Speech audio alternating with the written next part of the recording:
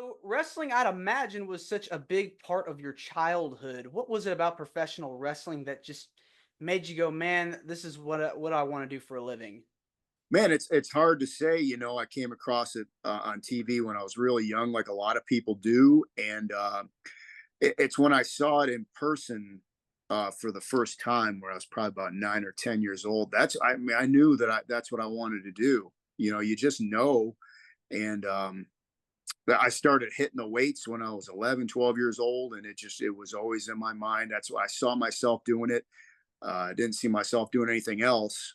And man, I just stuck with that goal. And once I graduated high school, I was a week after that, I was in a training camp up in Toronto, Canada, which being from Buffalo, it sounds like, wow, you're in another country. But uh, people that know is it right on the border. So it's a good 90-minute drive back and forth. And I did that 2 to 3 days a week for about 8 or 9 months was the training.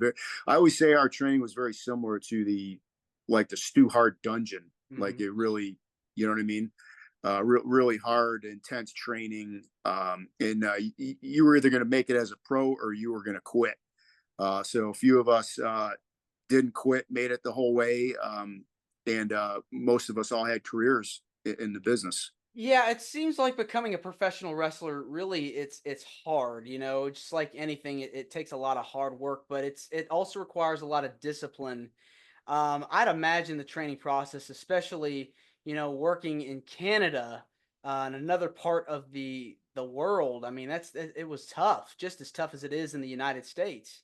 Sure, and like I said, being from Buffalo, we just discussed the weather. Now you're talking Northwest Canada, where I trained out of Toronto, but I really broke in a city called Winnipeg, Manitoba, which is up there, Mhm. and we would go up to these Indian reservations where you would drive over frozen lakes to get to these places. If you've ever heard of a minus 70-degree wind chill, I mean, that's life or death. And Yeah. that's where I really started. Chris Jericho wrote it about it in his book, Edge and Christian. We all started together. We all experienced those northern tours, as they were called. And even before us, Roddy Piper, that's the way he broke in. Scott Norton, a lot of guys started. A lot of Vern Gagne sent a lot of people up to these tours.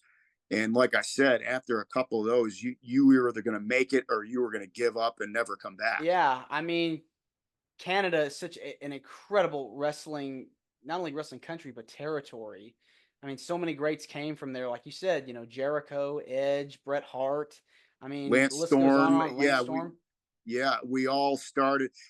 Jericho and Lance, they started a couple years before we did, so they were like the veterans on the tour, and they had just started wrestling in Japan, and they were going to be big stars in the profession, and we just idolized those guys and followed their lead, and then ended up being with them even to this day at TNA. Lance Storm's one of the road agents there, so we're all still kind of working together. It's pretty cool.